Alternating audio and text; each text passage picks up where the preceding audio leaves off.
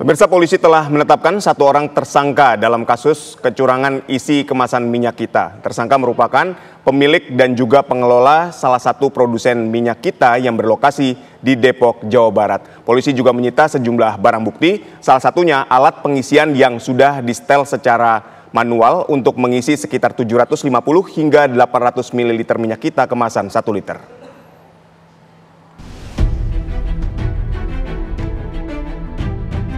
Video minyak kita kemasan 1 liter yang hanya berisi 750 ml yang viral baru-baru ini membuat publik geram.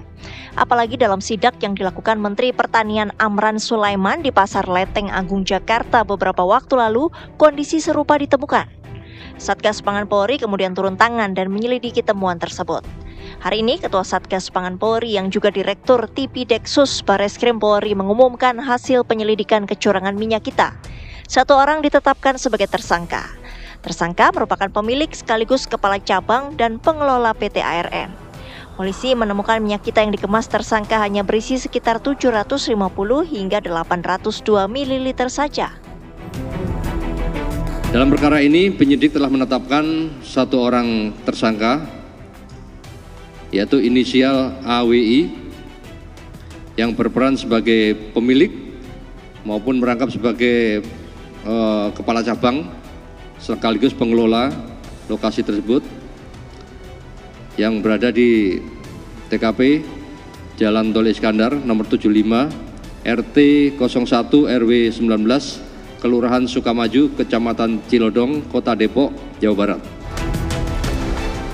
Dirjen Perlindungan Konsumen dan Tertib Niaga Kementerian Perdagangan Moga Simatupang menyatakan bagi masyarakat yang merasa dirugikan atas kasus ini bisa mendapatkan kompensasi atau juga bisa membawanya ke meja hijau. Dengan hak dan kewajiban konsumen itu sudah diatur dalam Undang-Undang Perlindungan Konsumen Undang-Undang 8 tahun 99 sebagaimana saya sebutkan sebelumnya. Jadi konsumen itu berhak meminta atau mengembalikan barang atau meminta dikembalikan uang. Kalau memang dalam pengembalian itu terdapat permasalahan dan tidak ada kesepakatan antara kedua pihak, konsumen itu dikasih pilihan untuk ke peradilan umum. Seperti itu. Terima kasih. Sebelumnya, polisi merilis 3 perusahaan yang memproduksi minyak kita. 2 perusahaan di Tangerang menjual di atas harga eceran tertinggi, sementara 1 perusahaan di Kudus telah tutup. Di Jakarta, Zinedine Duhan, Bowo Iman, TV One mengabarkan. Pemirsa, konsumen tentu saja dirugikan atas kasus ini. Kami akan membahasnya bersama Ketua Komunitas Konsumen Indonesia, David Tobing. Selamat sore, Bang David. Selamat sore. Baik, Bang David, ini ada tersangka yang sudah ditangkap. Apakah masyarakat dapat bernafas lega atau justru ini baru permulaan, baru awal saja? Ya, seharusnya dengan mekanisme yang ada yang diatur oleh Kementerian Perdagangan dan Kementerian Perindustrian dengan sistem informasi minyak curah, masyarakat harusnya tidak ada masalah, bernafas lega. Tapi ternyata banyak oknum-oknum pelaku usaha ini yang memanfaatkan cara-cara yang tidak benar, akhirnya merugikan masyarakat. Ya. Jadi di sini masyarakat sebagai konsumen yang baik, konsumen yang cerdas, dia harus dilindungi. Tetapi juga untuk saat ini lebih baik dia mewaspadai, memeriksa. Saya sendiri sudah mengecek 2 kemasan, ya, dan ternyata kemasan itu memang di dalam plastik sesuai dengan ukuran yang 1 liter. Saya menceknya di 2 alat cek, baik yang berupa gelas tinggi dengan yang di dalam berupa ceret tadi itu yang plastik. Baik. Nah, jadi saya berharap untuk menenangkan masyarakat, ini pemerintah harus gerak cepat. Jangan hanya 1 sampel yang sudah diperiksa dan sudah dijadikan tersangka, tetapi ditarik semua sampel-sampel dan dicek apakah memang ada yang seperti itu. Contoh dulu kasus obat sirup yang mengakibatkan gagal ginjal, semua ditarik, dicek. Baik, Bang David, tapi kan ini menarik gini, ketika kita berbicara soal minyak curah ini, pertama ada yang memang isinya takarannya dikurangin, dari 1 liter, begitu dicek hanya 750 sampai di 800 mili. Nah, kemudian yang kedua adalah minyak curah yang dikemas ulang pakai nama minyak kita. Temuan Anda di lapangan seperti apa? Ya, jadi sebenarnya nggak ada yang namanya minyak curah, ya. Peraturan dari Kementerian Perdagangan sudah mengatur bahwa namanya itu adalah minyak kita. Ya. Itu nama untuk minyak yang tidak diberikan brand oleh produsen besarnya.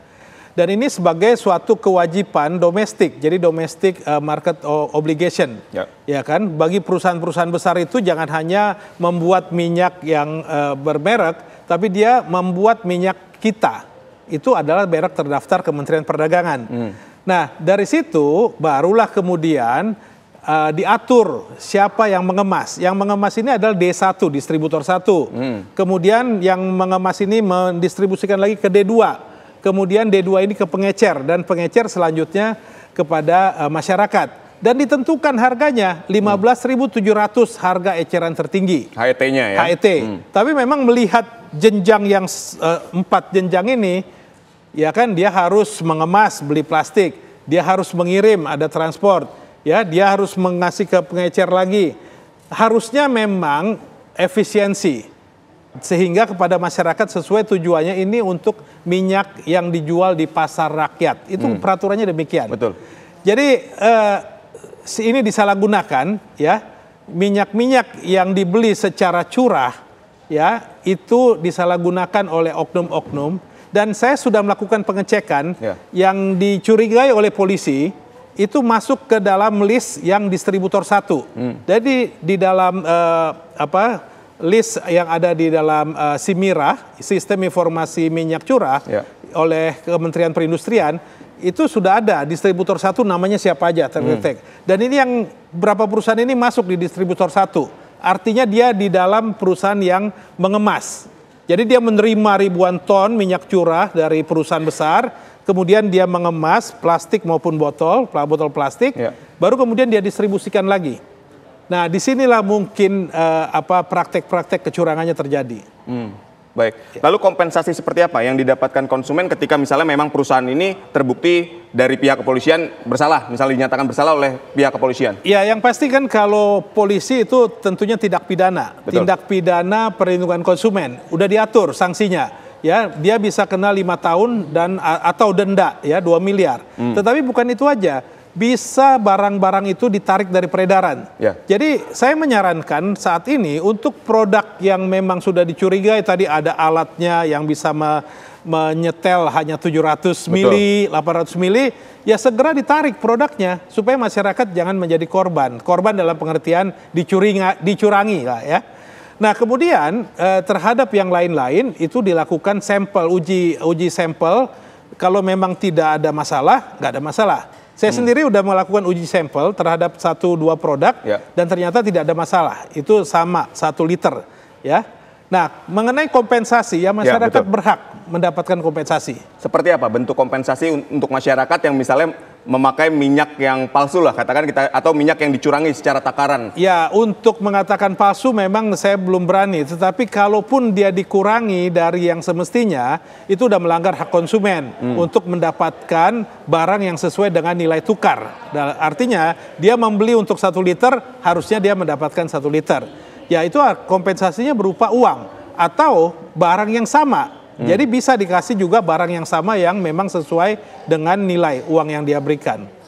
Baik, tapi apakah memungkinkan, tadi Anda katakan bahwa ini harus ditarik dari peredaran jika memang sudah ada indikasi bahwa perusahaannya melakukan pelanggaran misalnya. Kemudian di sampel ulang, apakah itu juga memungkinkan dilakukan? Ya, itu harus, karena di dalam Undang-Undang Konsumen bukan hanya sanksi pidana, tapi bisa juga penarikan barang dan penutupan atau penutupan izin usaha atau produksi. Jadi bisa kita lihat di dalam list-list yang distributor 1, distributor 2 itu, siapa saja yang melanggar itu bisa kita lihat. Atau bahkan yang harusnya dicurigai, jangan-jangan yang mengemas ini tidak terdaftar di distributor 1. Bahkan dia tidak terdaftar sebagai pihak yang berhak menggunakan merek minyak kita. Ini juga kemungkinan bisa terjadi. Karena untuk menggunakan merek minyak kita, dia harus dapat izin dari Kementerian Perdagangan. Izin tadi kita bisa cek di SIMIRA? Ya, SIMIRA. Ya. Baik, nanti mungkin masyarakat juga harus berperan aktif untuk sama-sama memeriksa siapa saja distributor 1, 2 dan seterusnya sampai ke tingkat pengecer seperti itu. Baik, terima kasih. Terima kasih Pak David Tobing atas waktunya. Sehat dan sukses selalu. Terima kasih.